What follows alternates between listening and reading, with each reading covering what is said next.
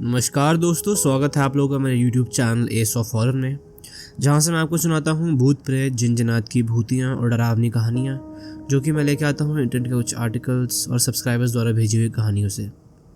दोस्तों, अगर आप लोग भी चाहते हैं कि मैं आपकी कहानी अपनी आवाज़ में सुनाऊं, तो आप लोग अपनी कहानी मुझे भेज सकते हैं abhasin102@gmail.com पे। मैं ज़रूर आपकी कहानी सुनाना पसंद करूँगा। तो चलिए दोस्तों, बढ़ते हैं सीधा आज की कहानी की तरफ। मेरी बहन 50 साल पहले गायब हो गई थी। काश में उसके साथ क्या हुआ था ये बिना जाने ही मर जाती। 19 अप्रैल 1975 वो दिन था जब हमारे परिवार की दुनिया हिल गई थी, और इस दिन ने हमारे जीवन को हमेशा के लिए बदल दिया। इस दिन से पहले हम एक साधारण और खुशहाल परिवार थे। हम कभी बहुत अमीर नहीं थे, लेकिन हम एक दूसरे से बहुत प्यार करते थे।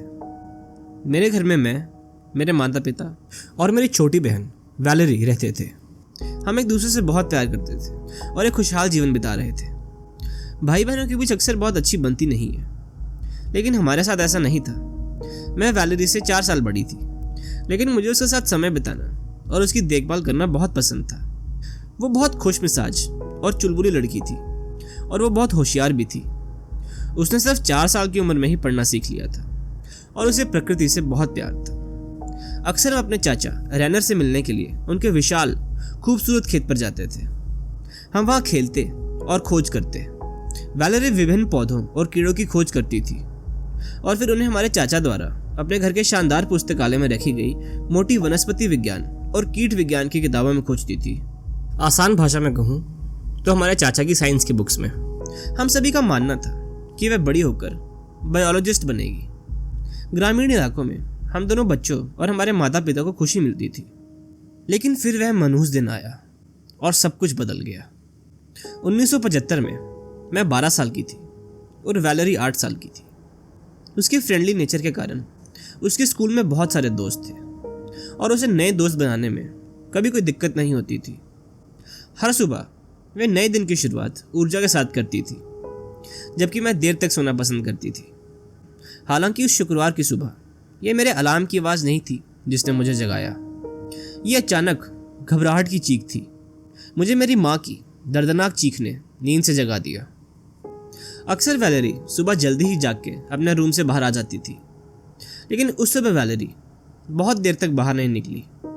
चिंतित मेरी माँ उसे देखने के लिए गई, और उसे कमरे में जाके मेरी माँ ने देखा कि उसका कमरा खाली था। खिड़की खुली थी और उसका बिस्तर खाली था। मैं उस दिन और उसके बाद के हफ्तों के बारे में और कुछ भी याद नहीं कर सकती। डर और निराशा ने हमें खा लिया। पुलिस ने तुरंत कार्रवाई की, और हमने उम्मीद बनाई रखी, वैलेरी की सुरक्षित वापसी के लिए प्रार्थना की, लेकिन वो कभी वापस नहीं आई। मैं ये नहीं समझ पाई कि कैसे एक दिन मेरी छोटी बहन हमारे साथ थी, सब कुछ सामान्य था, और फिर वह अचानक गायब हो गई। कोई निशान नहीं छोड़ा, जैसे कि वह कभी थी ही नहीं। ऐसा लगा जैसे हम सब एक खूबसूरत सपने में जी रहे थे, लेकिन अचानक एक कठोर वास्तविकता ने हमें जगा दिया। उस पल से हमारा जीवन खोखला हो गया। हमारी पिछली खुशियां सब खत्म हो गई। मेरे माता पिता बदल गए। वह बहुत थके हुए और दुबले पतले दिखाई देने लगे, जो उनके पहले के व्यक्तित्व से बहुत अलग था। उन्होंने मुझसे चल रही खोज और जांच के बारे में ज़्यादा बात नहीं की। इसके बजाय उन्होंने मुझे हर रात वैलेरी के लिए प्रार्थना करने और बहादुर बनने के लिए कहा। आखिरकार कुछ महीनों के बाद उन्होंने कहना शुरू कर दिया कि वैलेरी अब स्वर्ग में एक परी बन चुकी है, जो हमारे परिवार की देखभाल कर रही है। शुरू में मैं ये स्वीकार नहीं कर सकती थी कि वैलेरी हमें छोड़ के जा चुकी है और वह अब स्वर्ग में एक परी बन चुकी है। मैं नहीं चाहती थी कि वह एक परी बने। मैं चाहती थी कि वह हमारे साथ रहे, ठीक वैसे ही जैसे पहले हुआ करती थी। हमारे साथ जो हुआ ये अविश्वसनीय रूप से अनुचित लग रहा था। मैं अपने आप से यही सवाल पूछती रहती थी कि ये हमारे साथ ही क्यों हुआ। दुनिया में और भी काफ़ी सारे परिवार हैं, फिर हमारा ही परिवार क्यों? लेकिन समय बीतता रहा। जैसे कि पुरानी कहावत है, अगर आप लंबे समय तक लटकते रहते हैं तो आप लटकने के आदी हो जाते हैं, और हमने ठीक यही किया। जीवन चलता रहा। मेरे माता पिता मेरी देखभाल करने के लिए अपनी पूरी कोशिश करते रहे, लेकिन उनके लिए ये एक संघर्ष था।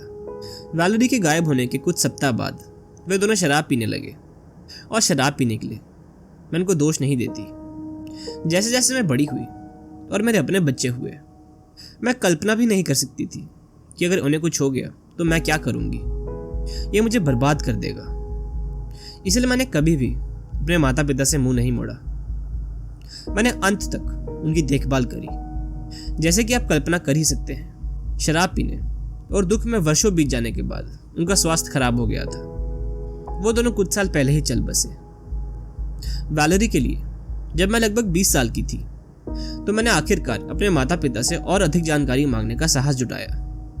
दुर्भाग्य से उनके पास साझा करने के लिए बहुत कुछ नहीं था।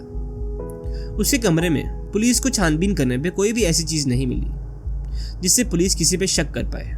ना ही कोई खून का निशान और ना ही कोई ऐसी चीज़ जिससे वो पता लगा पाए कि आखिर वैलेरी गई कहाँ। पुलिस को वैलेरी के कमरे में सिर्फ एक ही सबूत मिला था, जो थे कुछ कीचड़ भरे पैरों के निशान, जो कि एक आदमी के 12 नंबर जूते के थे। हमारे पड़ोस के सभी आपराधिक अतीत वाले पुरुषों की पुलिस ने जांच की और कुछ घरों के लिए सर्च वारंट भी जारी किया, लेकिन फिर भी मेरी बहन का कोई सुराग नहीं मिला। कई सुरागों का पीछा करने के बावजूद अधिकारी मामले में कोई भी महत्वपूर्ण सफलता हासिल करने में असमर्थ थे। उस बातचीत के बाद हमने वैलेरी के बारे में फिर कभी बात नहीं की। मैं बच्ची नहीं थी और मैं दुनिया की क्रूर वास्तविकताओं से वाकिफ थी। मैं इस बारे में सोच भी नहीं सकती थी कि मेरी प्यारी छोटी बहन के साथ क्या हुआ होगा। संभावनाएं बहुत भयानक थी। इस बात को 50 साल हो गए हैं। हालांकि मैं आपको अभी भी नहीं बता सकती कि ये 50 साल कैसे बीत गए। मेरे लिए तो मानो जैसे कल की ही बात हो। मैंने एक संतुष्ट जीवन जिया है और अब मैं एक दादी हूँ।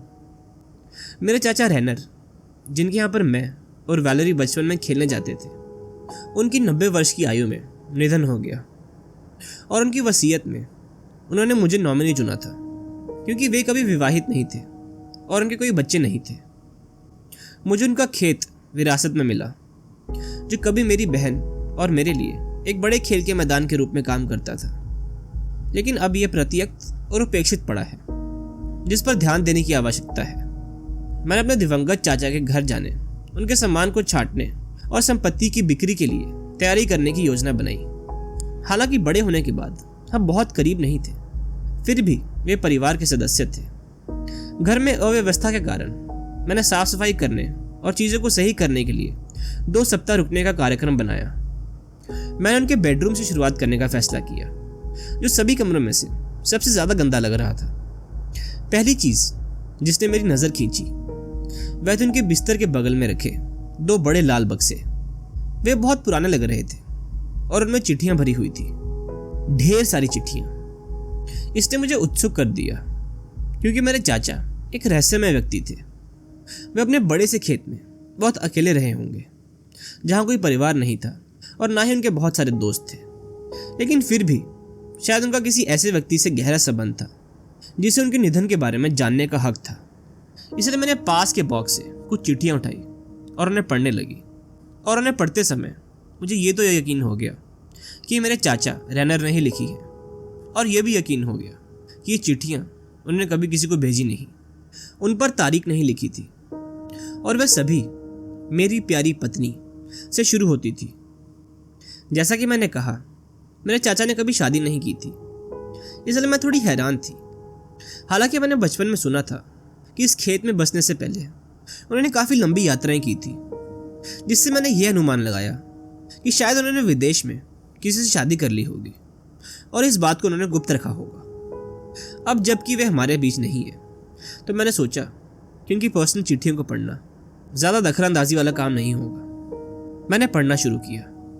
वो चिट्ठियाँ मेरे चाचा ने अपनी पत्नी के लिए लिखी थी, जिनका नाम उसमें नहीं लिखा था, लेकिन उन चिट्ठियों में उन्होंने ये बताया था कि कैसे वो अपनी पत्नी से बहुत प्यार करते हैं और कैसे पूरा दिन उनका बस खेत में ही बीत जाता है। वे सभी चिट्ठियाँ लगभग एक ही जैसी थी, और मुझे चिट्ठियाँ पढ़ के कुछ समझ नहीं आया कि वह महिला जिसे वे अपनी पत्नी बोल रहे हैं वो कौन थी। थोड़ी निराशा के साथ मैंने दूसरा बक्सा खोला और ढेर के ऊपर से एक पत्र उठाया। उसकी बनावट से लग रहा था कि जैसे हाल ही में लिखी गई हो। जैसे ही मैंने इसे पढ़ा, मुझे भय की एक रेंगती हुई भावना ने घेर लिया और मुझे ऐसा लग रहा था जैसे मेरे शरीर से पूरा खून सूख गया हो। जो उस चिट्ठी में लिखा था वो पढ़कर मैं आज भी सोचती हूँ कि अगर मैंने वो चिट्ठी नहीं पढ़ी होती तो शायद वही अच्छा होता। ये सच जाने बिना ही अगर मेरी मौत हो जाती तो वही मेरे लिए अच्छा रहता। अब बिना किसी देरी के मैं आपको ये बताने जा रही हूँ कि इस पत्र में क्या लिखा था। मेरी प्यारी पत्नी, आखिरकार मेरा समय आ गया है। मैं इसे अपनी थकी हुई हड्डियों में गहराई से महसूस कर सकता हूँ। मैं उस युवा, मजबूत और सुंदर आदमी की छाया मात्र हूँ जिसे आप कभी जानते थे। मेरा जीवन लंबा हो गया है, फिर भी जब से तुम मुझे छोड़ के गई हो ये एक अकेला सफर रहा है। लेकिन हम जल्द ही फिर मिलेंगे और ये बात मुझे बहुत खुश करती है। दशकों से तुम्हारे विचार मेरे हर पल में भरे हुए हैं। पहली बार जब हमने बात की थी तब से मैं तुम्हारी सुंदरता, तुम्हारी असाधारण परिपक्वता और होशियारी से मोहित हो गया था। तुम पूर्णता की प्रतिमूर्ति थी, मानो जैसे मेरे लिए ही बनी हो। मुझे तुम्हें पाना था। तुम्हें पता है, मैंने हमारी शादी की सालगिरह मनाना कभी बंद नहीं किया। हर साल 19 अप्रैल मेरे लिए एक पवित्र दिन था। क्या तुम्हें याद है? मुझे तो अच्छे से याद है। जब मैं अपनी आंखें बंद करता हूं तो मैं उस दिन को फिर से जी सकता हूं जब तुम आखिरकार मेरे दुल्हन के रूप में मेरे घर में दाखिल हुई थी। मैं कितने लंबे समय से इस दिन का इंतजार कर रहा था। मुझे तुम्हारी वो सफेद खूबसूरत ड्रेस भी याद है जो तुम पहन के मेरे घर में आई थी, और वो फूलों का मुकुट जो मैंने तुम्हारी मासूमियत के प्रतीक के रूप में तुम्हारे सिर पर रखा था। मुझे हमारी पहली रात भी याद है। लेकिन यह बहुत शर्म की बात है कि हमें हमारे प्यार को छिपाना पड़ा। ज्यादातर लोग छोटी सोच वाले हैं और हमारे रिश्ते की आलोचना करते हैं और हमें स्वीकार नहीं करते, इसलिए हमें छाया में रहना पड़ा। मुझे पता है कि यह सही नहीं था। तुम्हें मुझसे बहुत सारी शिकायतें होगी, लेकिन मुझे इससे कोई आपत्ति नहीं है। आखिरकार यही तो औरतों का काम होता है।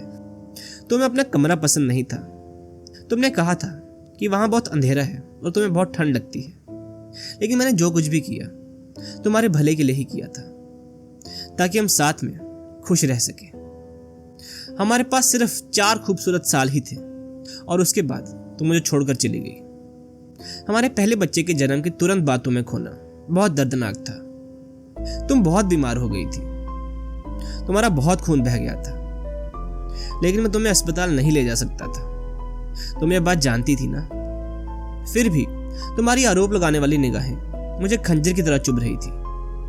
मेरे पास तुम्हें जाने देने के अलावा कोई विकल्प नहीं था। जब मैंने तुम्हारी आंखों में तुम्हारी आत्मा को तुम्हारा शरीर छोड़ते हुए देखा तो मानो मेरे शरीर का एक हिस्सा मर गया हो। लेकिन किस्मत बेरहम है। मुझे अकेले ही आगे बढ़ना था, अपने दिल में तुम्हारी प्यारी यादों को लेकर। एक बात का मुझे बहुत अफसोस है, और वह ये कि मैं तुम्हें उचित अंतिम संस्कार नहीं दे पाया। तुम्हारे चले जाने के बाद भी मुझे हमारा रिश्ता छिपाए रखना था। इसलिए मेरा विश्वास करो जब मैं कहता हूं कि जब मैंने सूअरों को तुम्हारा शरीर खाते हुए देखा, वो शरीर जिसमें तुम्हारी उज्जवल आत्मा रहती थी, तो मैं दिल खोलकर रोया था।